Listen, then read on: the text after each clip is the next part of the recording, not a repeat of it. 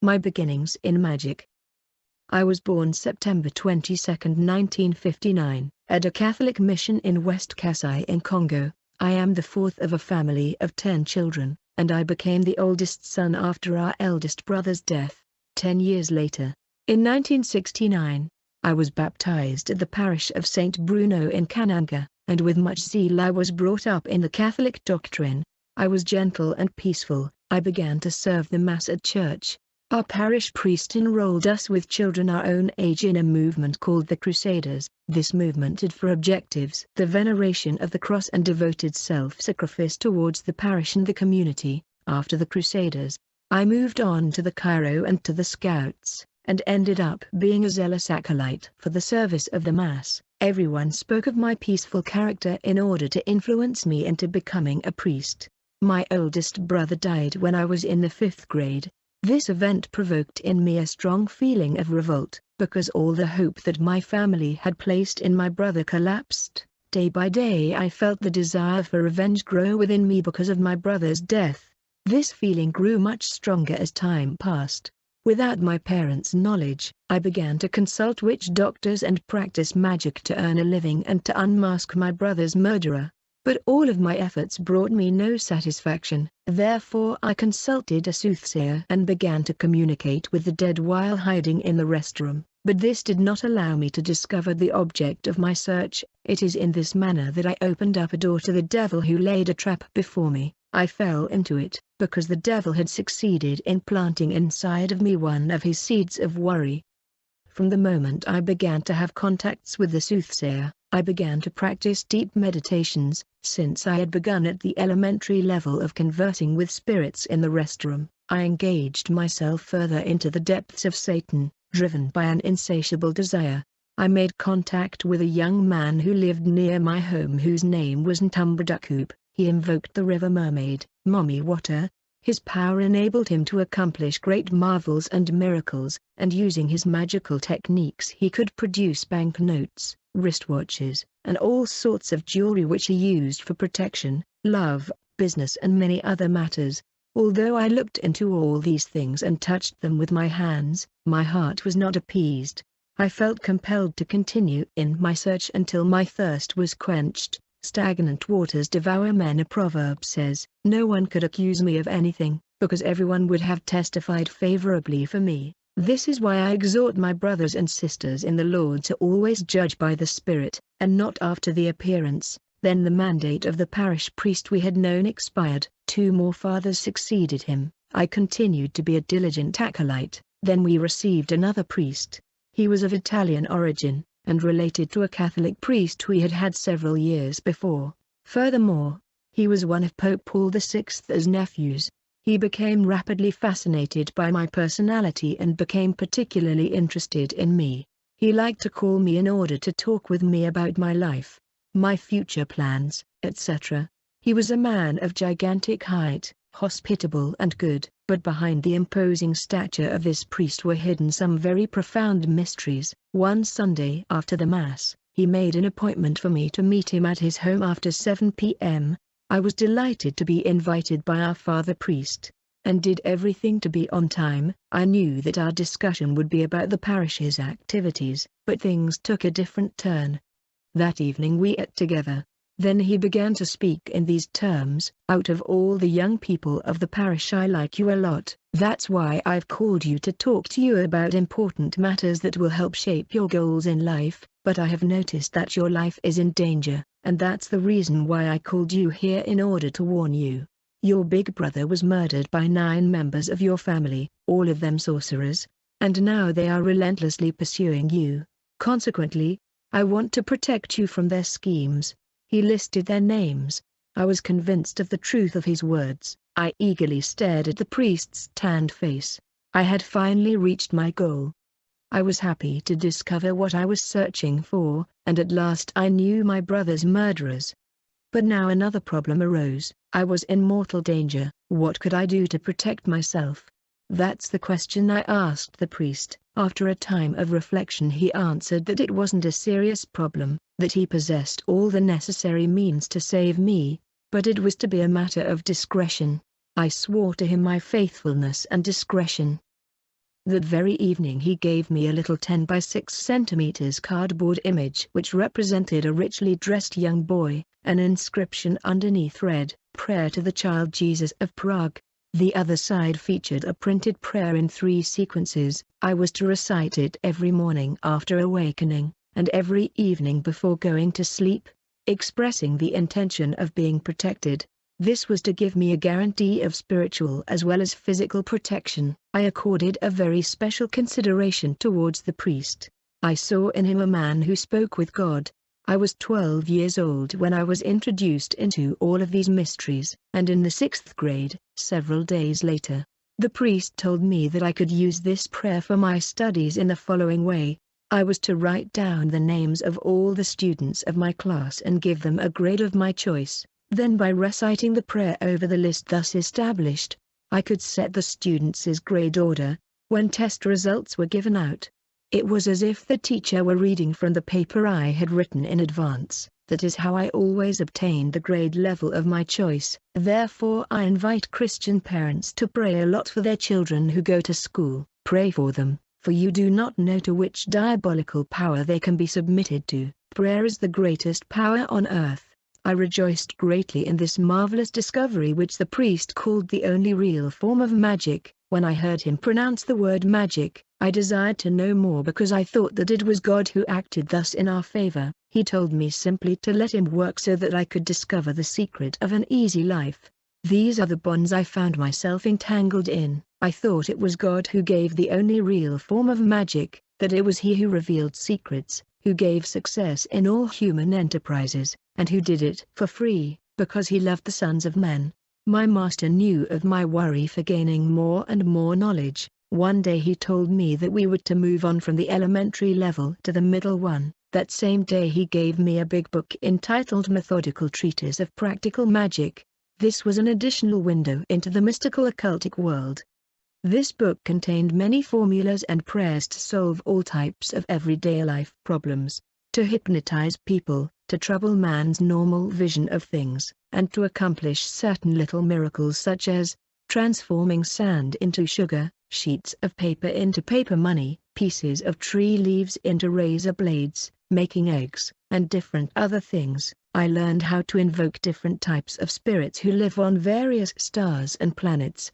Thus the moon is inhabited by spirits whose role is to arouse love. On Jupiter there are spirits of division whose role is to give illnesses, to sow division, or to supply warrior spirits to defend their protege. The spirits who live on the planet Mercury have the task of inducing lust, and exciting everything which pleases a man's eye. The spirits of the sun give different illnesses, notably dropsy, migraine headaches.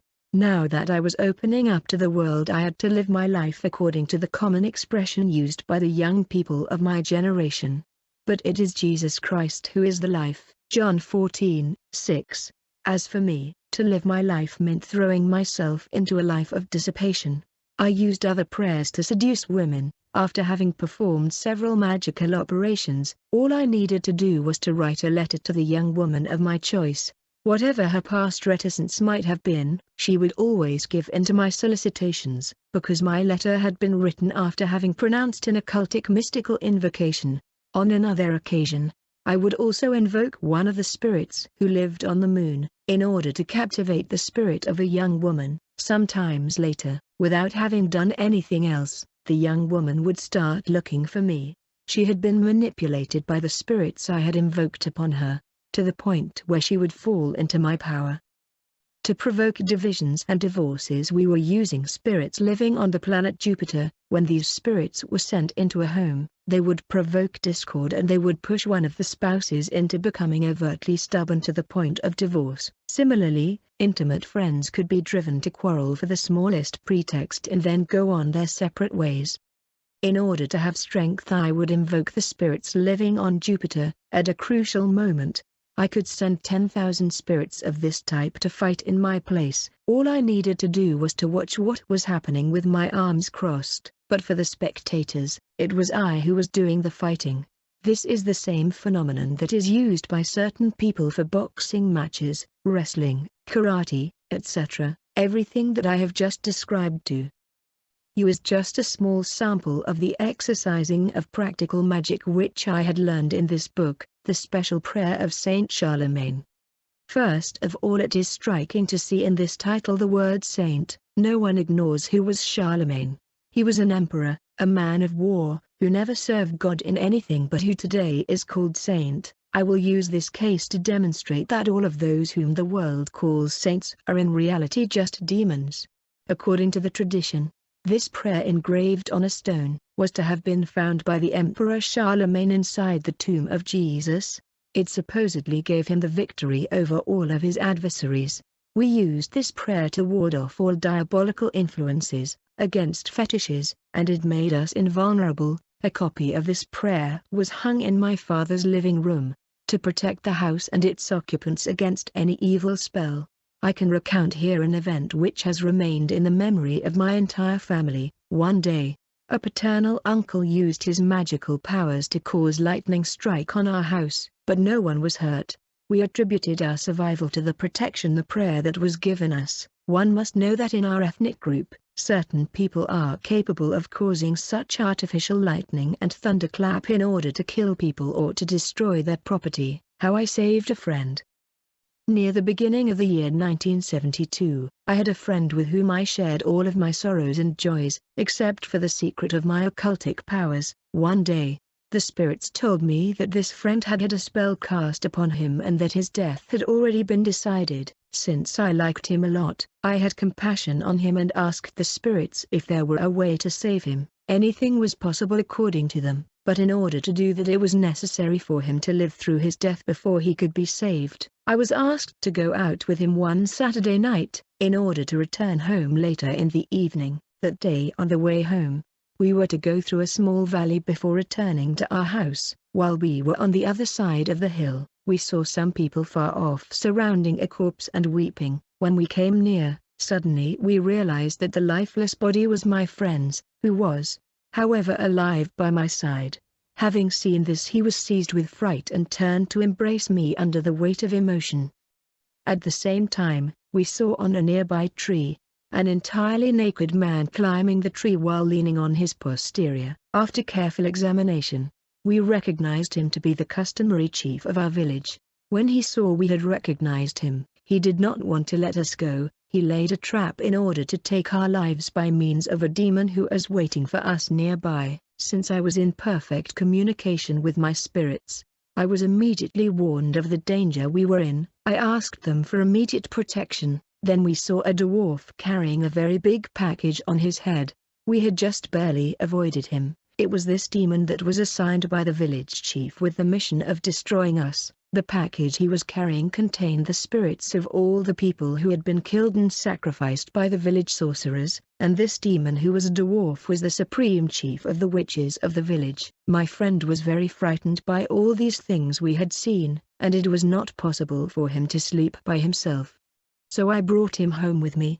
I spent the entire night talking to the spirits in order to know the final stage of my friend's deliverance. In order to set the spirit of my friend free, I had to speak to a maternal cousin because it was he who cooked the flesh of sorcery victims. I had to ask him to return my friend's flesh. The next morning was a Sunday.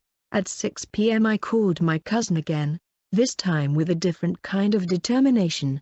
I ordered his spirit to fetch the cooking pot where my friend's flesh was being cooked. His spirit left while his body pretended to be sleeping. This spirit had to steal the pot. The sorcerers' gathering was taking place at a rock quarry. When the spirit of my cousin came back with the cooking pot, we saw in front of us a pot full of stew. I called my demons and they came to restore the flesh of my friend. As a result, my friend escaped death.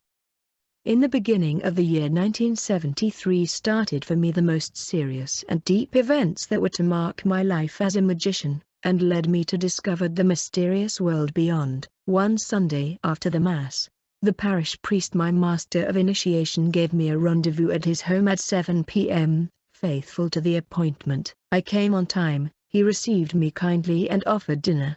Then he told me the following: "I promise to show you greater things, and to establish you in life.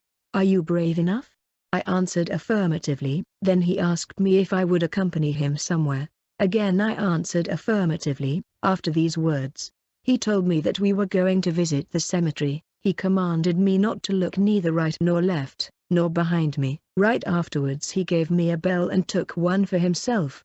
We were to ring these bells all along the way. These are the bells which are used during the Catholic Mass, at the entrance of the cemetery. I stopped and he went before me. I was to enter before him, with orders to ring the bell at each step. We walked to the middle of the cemetery and there he asked me to kneel with him. He began to recite prayers. He was invoking the first person who had been buried in the cemetery. I listened to him courageously. Several instants later, we saw someone coming to answer him. He was the first man to be buried in this cemetery. He asked the priest why he had been called. The priest answered that he wanted to contact the invisible world, because he was accompanied by a visitor, in this case me. The spirit gave him his agreement, then began to invoke a superior demon called Boss Bombard. Suddenly, a big earthquake took place, and a very strong wind began to blow.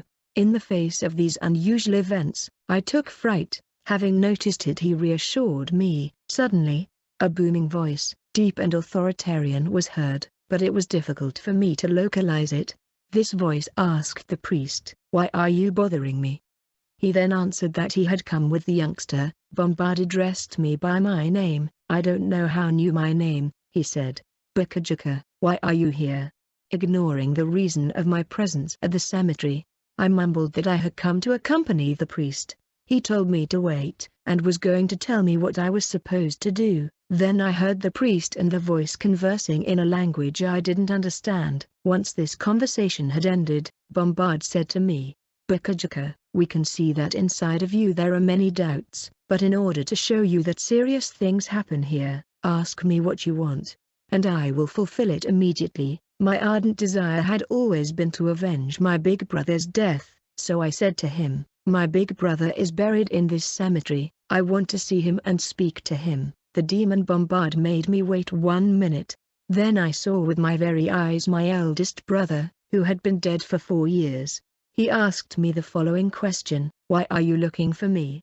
I answered him that I wanted to know more about the circumstances of his death. He said to me, "Since you've already made it up to this level, you are already an important man.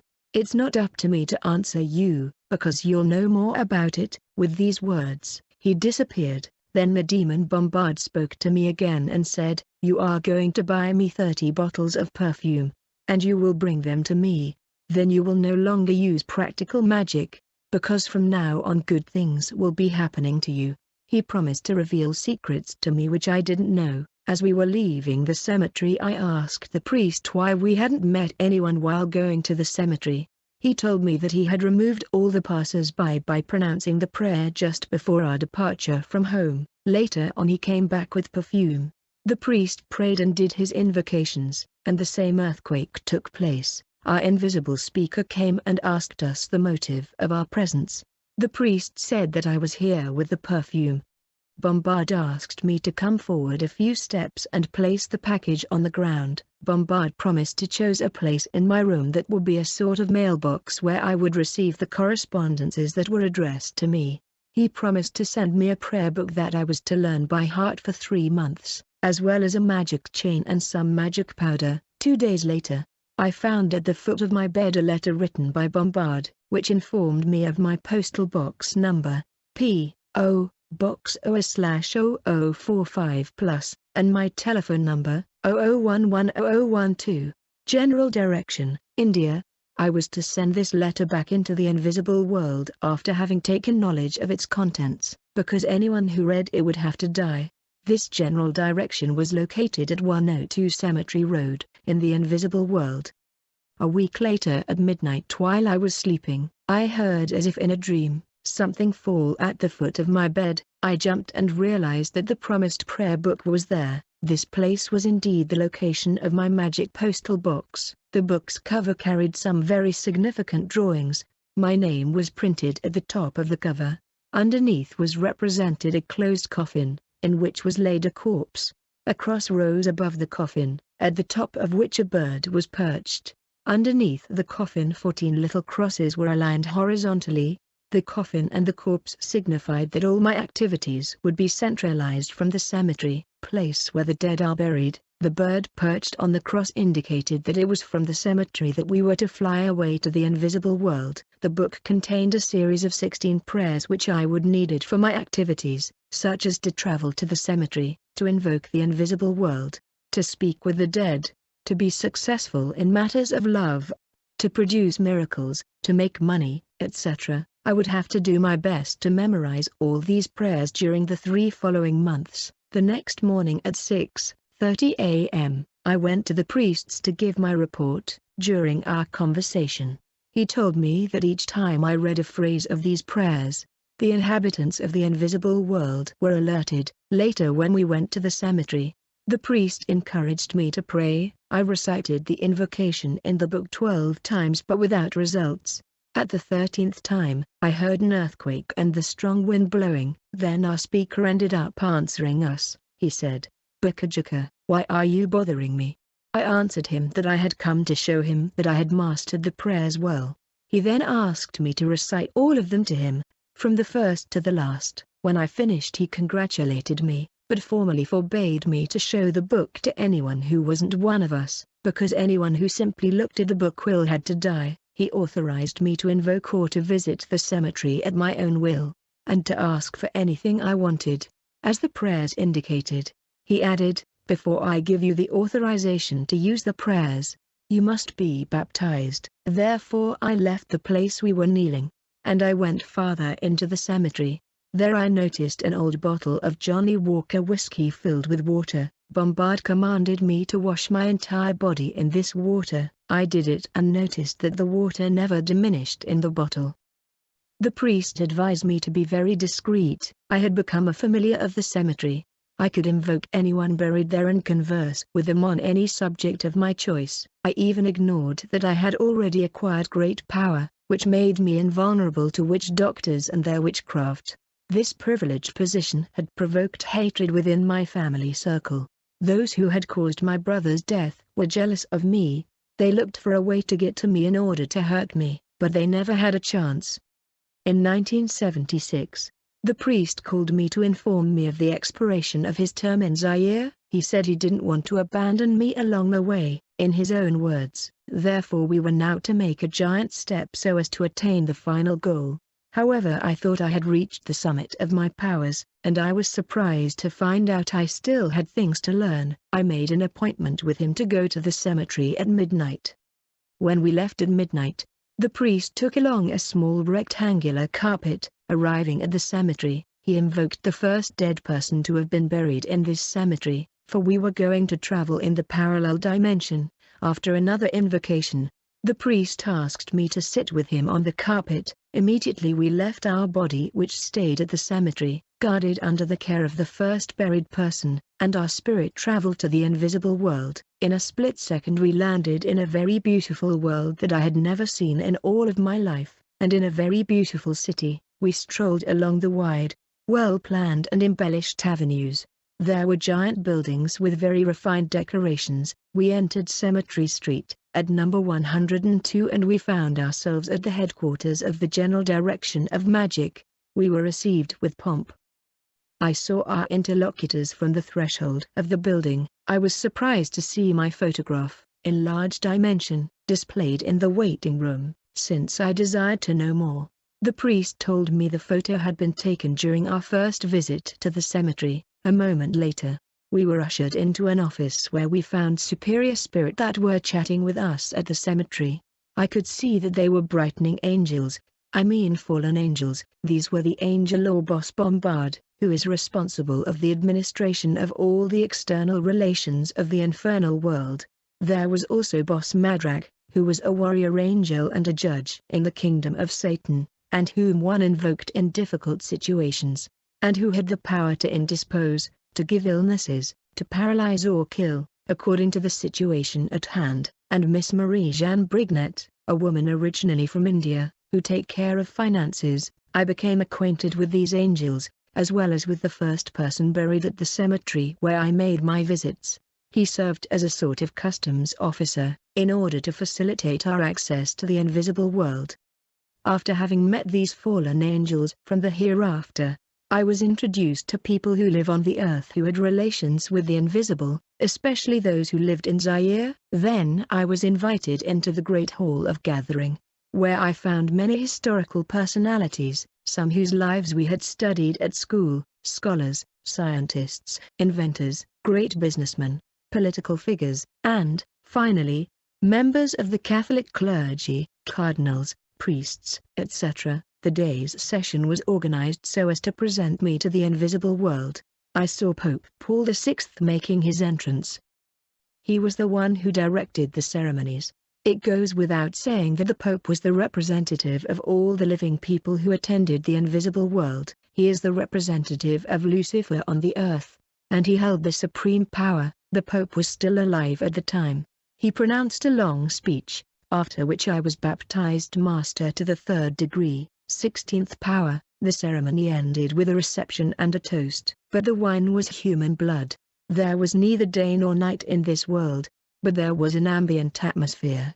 After this first contact, the priest with the authorization of Bombard took me for a visit of this world with another individual. I made a sightseeing tour going in here, coming out there, in the midst of all of these sumptuous buildings and edifices. Then we stopped in front of a high fence, hermetically closed. Someone came to open and asked us to remain on the threshold. Inside the fence people were carrying heavy burdens. Some were suspended by a foot upside down. Others were being tortured. I asked what this was about. I was told these were people who had committed suicide on earth, and who had to endure punishment, because they had no right to take their own life. Further ahead this individual drew my attention to a place which had the form of a bottomless pit, so large and deep that I am unable to determine its breadth or dimensions. He told me that this was hell, but it wasn't open, for the time had not yet come. Since the time to return to the earth was drawing near, we came back to the angel Bombard to say goodbye. He asked me if I was hungry. Naturally, I was filled with wonder about the discovery of this new world.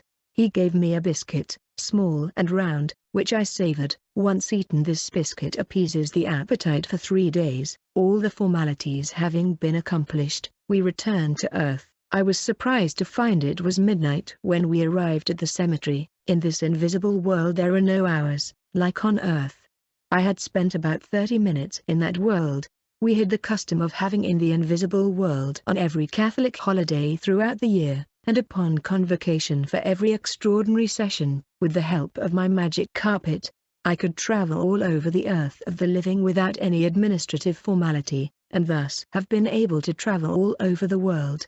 I promised to buy him a car in the days ahead. At these words, he took me for an adventurer. Later he asked me to move out of my father home and buy a piece of land. The site chosen for me was located in the neighborhood of the Hospital of Kananga, not far from the city's cemetery. This place was ideal for me to easily contact the invisible world or to visit the cemetery without hindrance. Since we lived in a traditional society, the attacks from the sorcerers continued. They did all they could to destabilize me. They even sought to take my life if it had been possible, but in vain. The position I held in relation to them was very preeminent. Unable to do anything against me, they went into the invisible world to accuse me. As for me, I was not informed of their scheme, but one day, I received a message inviting me to go into the invisible world at midnight. Quickly I went to alert the priest who, of his own initiative, decided to accompany me. It was midnight when we arrive in the invisible world. There, I was asked to wait for my accusers to appear before Judge Madrak. I was surprised, but the priest, my faithful companion, reassured me. A moment later, I saw 9 people file in, all members of my family and with whom I was perfectly acquainted. They sat not far from us. The judge asked us to go to the witness box. The first question was to determine whether we knew one another. The procedure was the same as that on the earth. Once this was done, they were asked why they had accused me. They answered together that they had noticed the very high position I occupied in relation to theirs, and that they feared I would cause them harm in the long run. Therefore they wanted to move first in order to eliminate me. The session was ended after their condemnation. Each one of them received a token on which a date had been inscribed. This date corresponded to that of its detainer's death. They returned to Earth confounded. I was informed that these sorcerers were going to use retaliation to avenge themselves, but that they wouldn't succeed. Once back on Earth, I noticed a change of attitude on each sorcerer's face. In order to know more, I attempted to visit one of them, who was a paternal uncle. He kicked me out like a dog. Those familiar with him didn't understand what was going, because I had been on good terms with him. This attitude repeated itself everywhere I went to visit these notorious sorcerers. They and I knew very well what it was about. While the neighbors asked themselves what was going on, the sorcerers' reaction was terrible. They sent me magical snakes, or dogs, to bite me. But they failed miserably. One day at 1 p.m., I was resting in my room.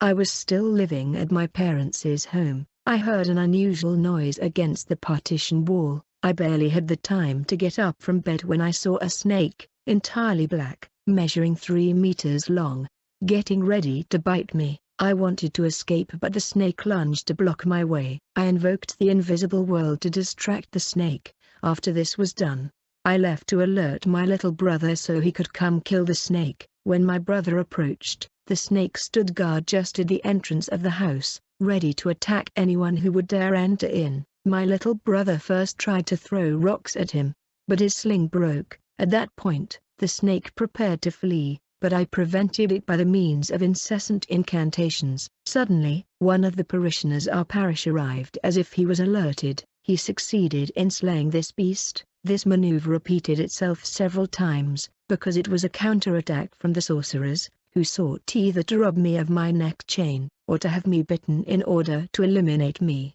But they failed utterly. After the snakes they tried to attack me with a dog, but this attempt again was a fiasco. They are all dead at this very day. The roll of jewelry. Since we didn't possess fraternal love, we went as far as making even those with little means to suffer. To do this, we went into jewelry stores to copy some of the models on display, and we would order these same models in the invisible world. During the night, we would replace the jeweler's models with ours. In the morning, these jewels from the invisible world would become suddenly much more attractive than the originals, even if the original had been noticed before. Anyone who bought these jewels and brought them home would attract all manner of problems to themselves, without knowing the reason why. When people buy these jewels, I would travel in the spirit to look to attack people that bought them. Wherever they were in people, they emitted a light similar to that of blinking headlights. I would then let myself into the houses where these jewels were, to observe the lifestyles of the inhabitants, and then cast an evil spell on them. Then illnesses would arise in these particular homes. There would be accidents, or problems which necessitated expenses that we profited from. Wearing jewelry is not a necessity for the children of God. The Bible speaks clearly on that manner in the following 2 passages. In like manner also, that the women adorn themselves in modest apparel, with propriety and moderation, not with braided hair or gold or pearls or costly clothing, but, which is proper for women professing godliness, with good works. 1 Timothy 2, 9-10. Do not let your beauty be that outward adoring of arranging the hair, of wearing gold, or of putting on fine apparel, but let it be the hidden person of the heart, with the incorruptible ornament of a gentle and quiet spirit, which is very precious in the sight of God. Indiana, January 15, 1980. I discovered that I had been elected president of the parish committee. Everything was already arranged in advance in the invisible world, and the living merely concrete the choice. I open a parenthesis to say that the same thing is done to appoint bishops and cardinals, and to elect the pope. I celebrated the ordinary mass, as well as the circumstantial ones and even the ones for the dead. The parish experienced a considerable upswing during the entire duration of my presidency. The soccer team I had organized was invincible, because it was I who decided the outcome of the games in advance, and imposed the score I wanted. During a meeting in the invisible world, I asked Bombard to show me Jesus Christ. When I pronounced this name, I saw everybody kneel, and I remained puzzled, not understanding what was going on. After 5 minutes they got up, and Bombard formally forbade me to mention this name again, saying that here, they called him Old Papa. Since I insisted on seeing him, Bombard answered me that he lived very far away. but that I needed to know that he had placed them in the invisible world to serve the living. Several days later, he took me to a garden in the invisible world, where he showed me a crucified man, whose blood still flowed fresh. He told me this is the man I was looking for. Unfortunately, it was a lie. I discovered later on that this man on the cross is a demon. He is the one Catholics represent on their images and idols.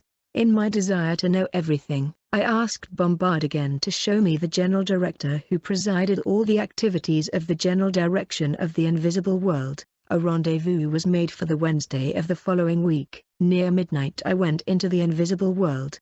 We were suddenly surprised by a very strong earthquake, and we fell to our knees. The one who presented himself had a much greater stature than the angel Bombard. Having arrived to the place where we knelt, he stood before me and asked me why I was looking for him. I lifted my head to look at him, and I saw that he had 3 heads. Each head spoke in turn. I answered him that I first wanted to know him, and then I told him I wanted to be a multi-billionaire on the earth. He answered that first I had to be thankful for what he had already given me, and that at the age of 30 he would give me the riches I asked for. In closing, he asked me to offer him in sacrifice a goat who could no longer give birth, which I did. In reality, this general director of the invisible world had a name. He was commonly known as the General Founder Felix. He certainly is the founder, because the invisible world belongs to him completely. But in reality, he is Satan, who disguises himself under several different forms. I became already accustomed to be in the world of spirits, even the most powerful ones. I never ceased to ask what was their origin and whom they served. It was revealed to me that they were servants of the great master Lucifer. I thus sought an opportunity to meet him, but this opportunity didn't present itself. After having become acquainted with the sorcery organization, and always in my desire to know more, I asked Bombard to do everything to put me in contact with the devil. When I pronounced the word devil, the angel Bombard became angry against me and asked me why I called him this way. He continued to tell me that all of us were at his service. What a big surprise this was for me. He went on saying that the word devil was a derogatory name used by the inhabitants of the earth, and that I needed to know starting that day. That he was called somebody of the 2 hearts. Happy from this terrifying discovery, I then asked Bombard to put me in contact with him. He answered that he was too busy, and that it was practically impossible to meet him. Nevertheless, it was possible to attempt to contact his personal secretary and bodyguard, to find out if he could do something. Bombard thus gave me a prayer to invoke Nabam, who is Satan's bodyguard. He told me that Nabam was very dangerous for the living, which meant that I was to be very careful and watch that he wouldn't touch me when he would appear, otherwise I would die on the spot. The invocation ceremony was to take place at midnight. It involved a whole set of preparations of which I won't mention the details, except to specify that I had to obtain, among other things, some holy water that is found in Catholic churches. I had to trace a circle around myself with lime, and a circle for Nabam, and I had to be alone in the house. Because Nabam would have taken with him the soul of anyone who would be found in the house at that particular time, I chose the date in order to make my wife and the rest of our household leave.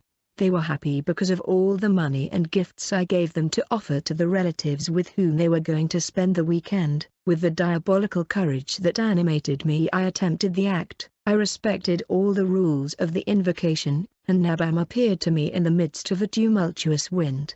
I gave him some holy water to drink. Then he asked me this question: "Why did you call me?" I answered him that I needed to meet Satan. He formally forbade me to call him Satan, but rather somebody of the 2 hearts. He praised his master's power and proposed me some jewels, a chain necklace, a ring, etc., that would give me success in my enterprises under the condition that I never wear them in the churches where they invoked the Creator. I refused his offer, because the chain necklace I possessed could already be used without any conditions attached, and I insisted to see somebody of the 2 hearts. I wanted to go quickly to save time and to discover other things. He then made a rendezvous with me for 2 days later and sent me by correspondence the adequate invocation prayer. The day of the appointment at midnight, I invoked the Sovereign Master. In the room where I stood, called a sanctuary, I heard a very strong earthquake. accompanied by a very violent wind, so violent that I thought the trees outside had been uprooted. Suddenly, I saw a lizard appearing before me. As the wind continued to blow, the lizard grew bigger and bigger in the matter of seconds. When it reached the dimensions of a crocodile, it transformed itself into an upright being, whose body was covered with emerald-colored scales except for its hands and head. He had the appearance of a young man about 30 years old. He spoke first, asking me why I had called him. I answered him that I desired to be counted as one of the billionaires on Earth, and that I also wanted to meet him. He pretended to scratch himself and pulled from one of his scales a long list of human names, separated by a red line. He showed me this list, and I was surprised to see written there the names of all of my family members, the living on one side, and the dead on the other. He asked me to designate from among the living, 5 persons that I was to sacrifice to him in order to obtain on the spot the riches I had asked for. For a few seconds I remained confounded, and then I asked him to give me some time to think about it, telling him that I would call him again to inform him of my decision. After a moment's hesitation, the devil told me that he lived under the Red Sea. In the twinkling of an eye he said goodbye and disappeared. I had hesitated, because since I was in occultism I had never been asked to make a human sacrifice. From that day onward, I never again invoked Lucifer in this manner, but I went to visit him at his home. We made a date, then we went to the Red Sea to meet him. Standing on the bank on the Saudi Arabian side we pronounced the invocation. An opening was made along the water and we entered through it. We were greeted by an Abbam inside a building that was decorated with the most exquisite taste. Then the great master Lucifer came to welcome us. The first question he asked me was whether I had brought the 5 persons asked for. I excused myself and he accepted my excuses. Yet it is not his custom to accept an excuse from just anybody and for just any reason. He then revealed to me that he had already ruled the world physically for 3 times, under the shape or disguise of the popes, during the First and Second Crusades, and during the 100-Year War. It was Lucifer who had incarnated himself in the shape of popes. This explains itself, since a real servant of God cannot launch a war to kill people, inasmuch as there is the shedding of blood. I also learned that this general founder that I had seen with 3 heads was always Lucifer and disguised in another form. Furthermore, the Jesus represented on the cross by the Catholic Church is none other but Lucifer himself, master at the diabolical Trinity, having the emblem of 3 heads. He told me that he was doing everything to bring me closer to him, because he loved me a lot. He authorized me to attend his meeting and to assist others in their macabre missions of killing people by the thousands, provoke accidents, destroy the churches where there was the beginning of revival, by sending evil spirits to discourage the faithful or to give them spiritual weakness, or by sending spirits of immorality, which is an efficient weapon to annihilate every true spiritual power. How many plundering and massacres have been accomplished by us? How many Christian groups and churches dispersed by all these practices? I was already excluded from the list of the children of God, because God said in the scripture, "And the person who turns after mediums and familiar spirits, to prostitute himself with them, I will set my face against that person and cut him off from his people." I was hurling myself toward the abyss. I now knew that I was destined for hell, but Lucifer would tell us that we were going to get used to it. Lucifer would come and visit me at home during the day, in plain sight, but no one realized that he was the prince of this world. People believed that he was one of my fellow diamond dealers.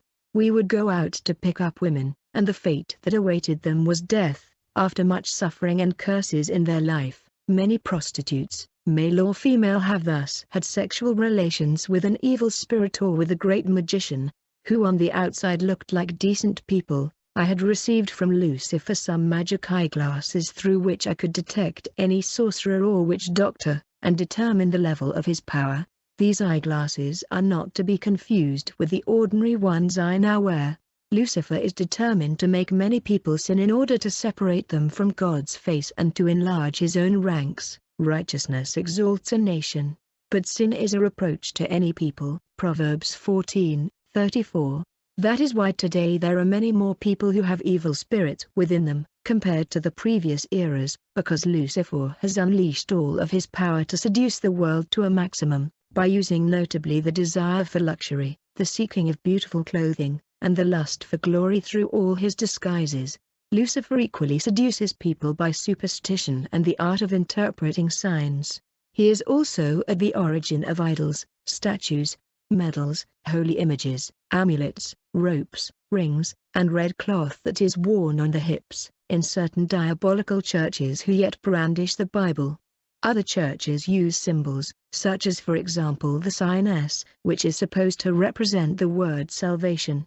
Others do it in a more complicated manner, by entwining the S with a cross, or by using the sign of the swastika. Some shake hands in the form of a cross, others wear obligatory white clothing. In these churches of the devil you will find thousands of adepts ready to sacrifice everything in order to defend the interests of their group. Divination, astrology, yoga, Rosicrucianism, the Mahagari, psychoanalysis, telepathy have a direct relationship with magic, to accomplish supernatural things and miracles, and because of the ambition and avidity of men. The devil hides himself today under the learned names of research and science. There also exists a whole body of literature inspired by the devil. Reading any of these works leads directly to demon possession. Some of the titles are: The 5 Books of John, Rational Theology, The Book of Wisdom, The Magic Forces Within Us, Letters from Heaven, etc. The hour has come where God wants to remove all of our ignorance concerning the entire strategy of the devil. And you shall know the truth, and the truth shall make you free. The role of Catholic saints. Each saint in the Catholic repertory whom Rome uses to seduce the entire world, is not a saint in the real sense of the word. These are dead people of often doubtful origins and lifestyles who are venerated by Catholics. Many of them have been magicians or Rosicrucians serving the devil while living. The bodies of these saints are recovered after their death by occultic means. These bodies are then mummified, just as for the popes, and kept in the vaults of St. Peter's Basilica. When a new parish is opened somewhere, all of these spirits assemble together in the invisible world and draw lots to know which saint will be assigned to it. Once a name has been chosen, Lucifer orders the Pope to remove a piece of the body of this person. The part is then prepared by being enclosed in a white-colored stone which will be placed inside the new church's altar. From now on it is that particular demon who will patronize all of the activities of the parish where he has been assigned. We do not ignore that a demon is given the mission to harm man. He will strive to instill false doctrine into the adepts of this religion, and arouse them into always multiplying sin upon sin. This white-colored stone is normally featured underneath the drapery covering the altar, before celebrating the Mass. Every priest must kiss the stone. The aim of this kiss is to lead the assistants into believing without contesting everything that it will be told, by means of the magical powers invested inside the stone. This same stone is used to communicate the priest's wishes to the parish's patron, that is, the dead person whose body part is enclosed inside the stone. It is this spirit which brings the parishioners' spirits to submit to the will of the invisible world. God does not authorize us to communicate with the dead, nor to offer a cult to them. When people are led into this idolatrous act, they are constantly profaning the name of the Savior. Here is the biblical truth concerning this matter: He is not the God of the dead, but the God of the living. You are therefore greatly mistaken. God doesn't need the dead, even though they might be with him, to transmit his message to man. This is confirmed in Luke 16 verse 27-31, when the rich man asks the deceased Lazarus to return to warn his brothers. Abraham's answer is firm: God does not need the dead in order to speak to the living. I open a parenthesis to say that during the entire length of my ecclesiastical duties at the head of the St. Bruno parish, I discovered that the Mass itself is nothing else but an act of magic. I say this as a practicing member. In 1983, I decided, with the permission of Bombard, to leave the city of Kananga to definitely move to the capital, Kinshasa. This was accorded to me November 6, 1983, and I took leave of my brothers. The same night, I took my magic carpet and my luggage, and, by means of the cemetery, went to Kinshasa.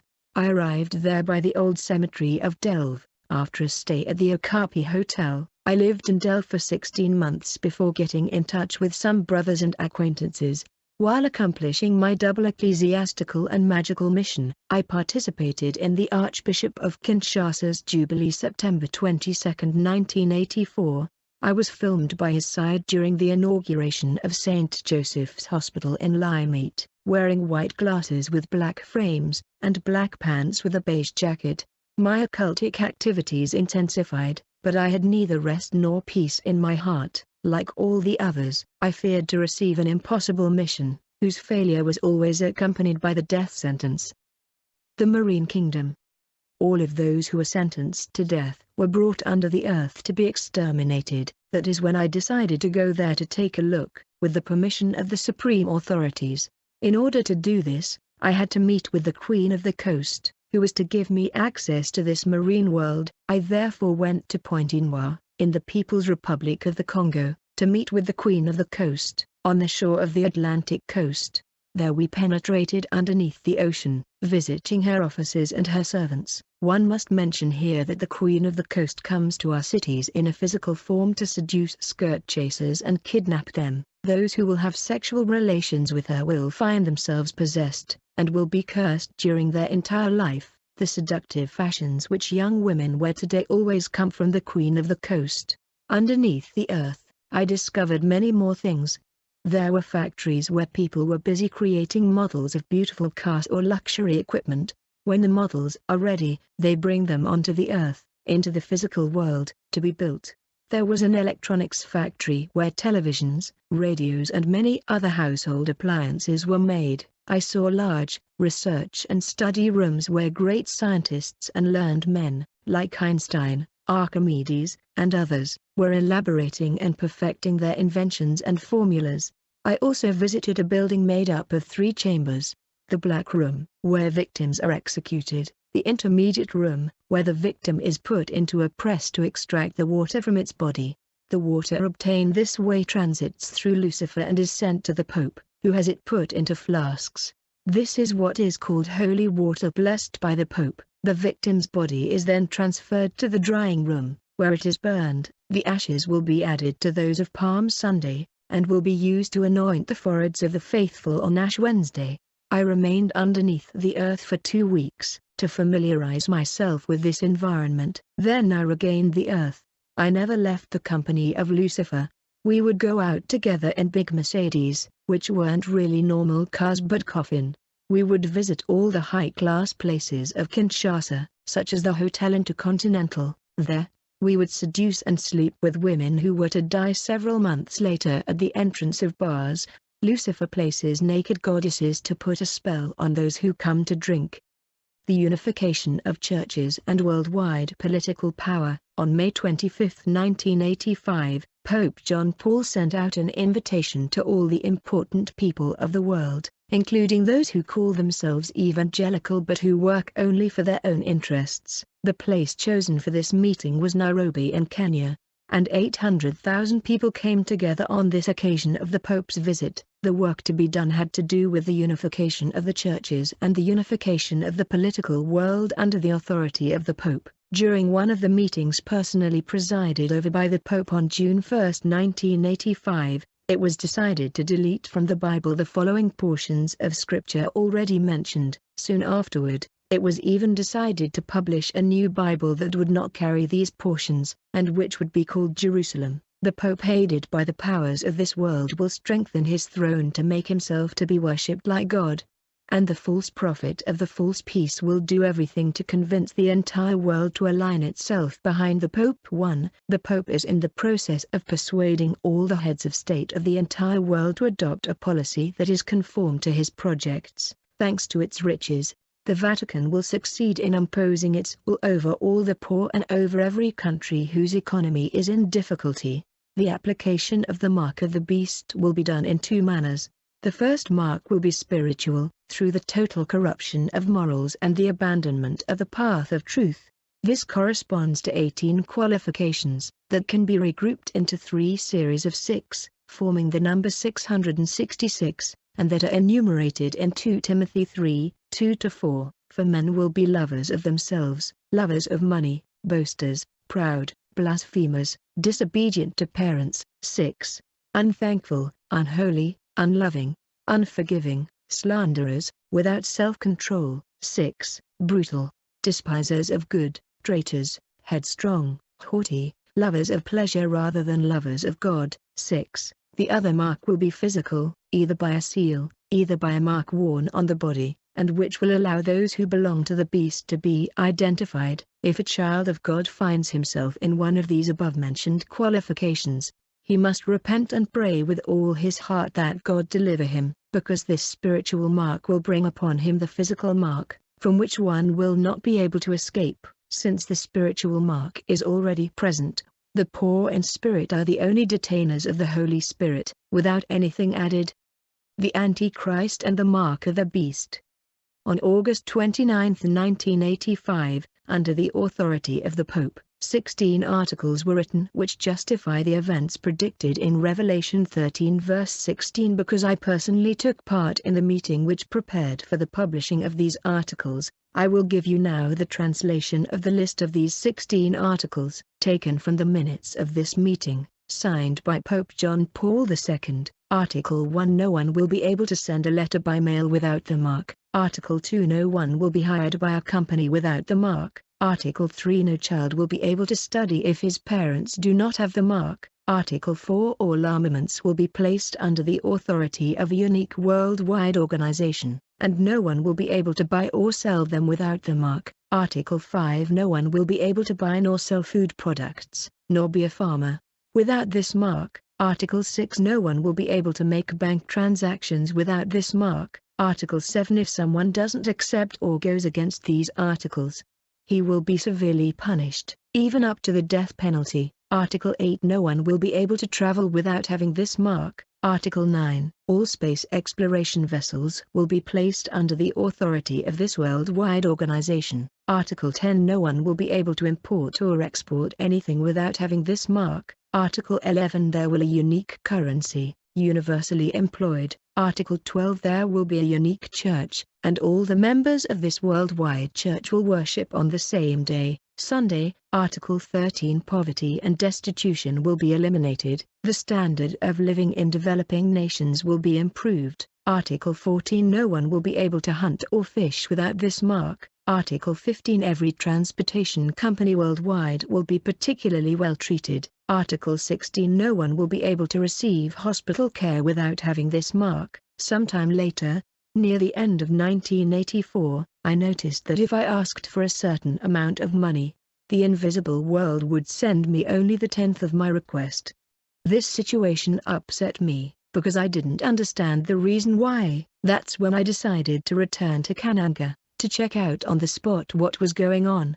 But the opportunity to travel didn't present itself. First of all, the carpet I used to travel on was taken away from me, and I didn't have enough money to leave. My special telephone disappeared also, and I had nothing left to communicate with except for my prayers and my chain necklace. At the beginning of August, 1985, I visited a cousin. His wife asked me to accompany her to a prayer meeting. I placed the cross of my chain necklace into my mouth to ask the bombard's permission. He forbade me to go.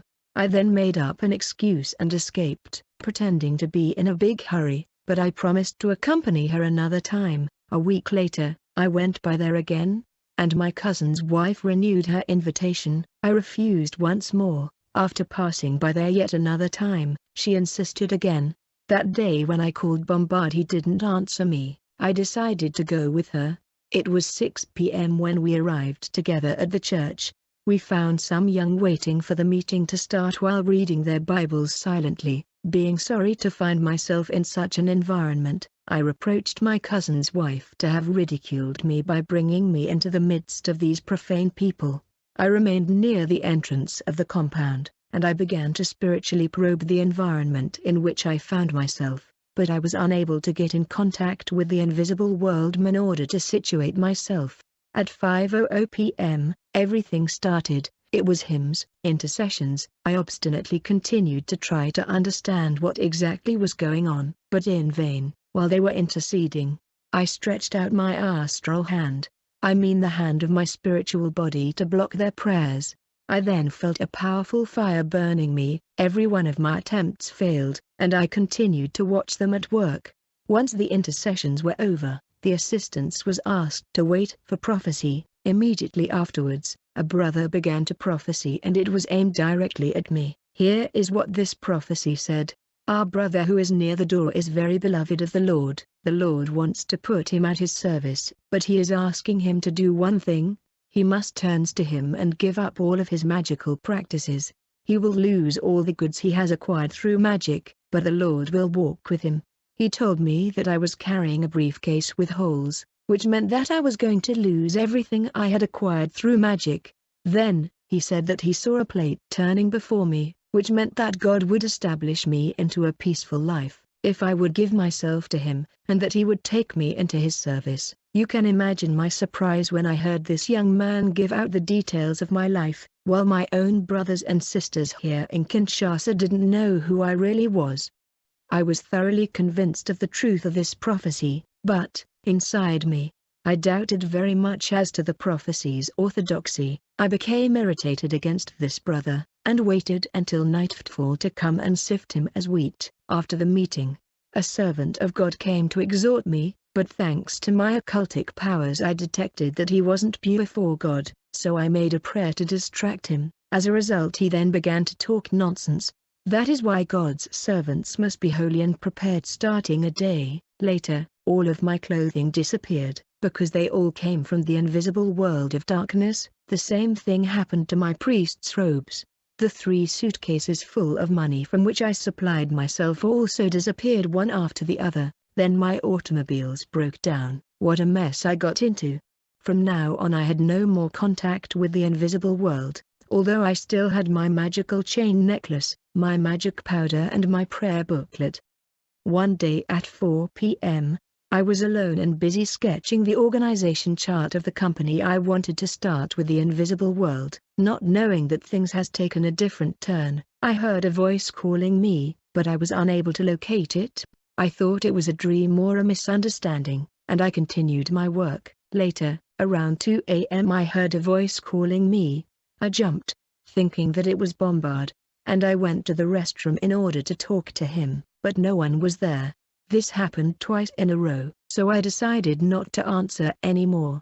This same voice was heard 30 minutes later. When I listened to it attentively, I wasn't Bombard's voice.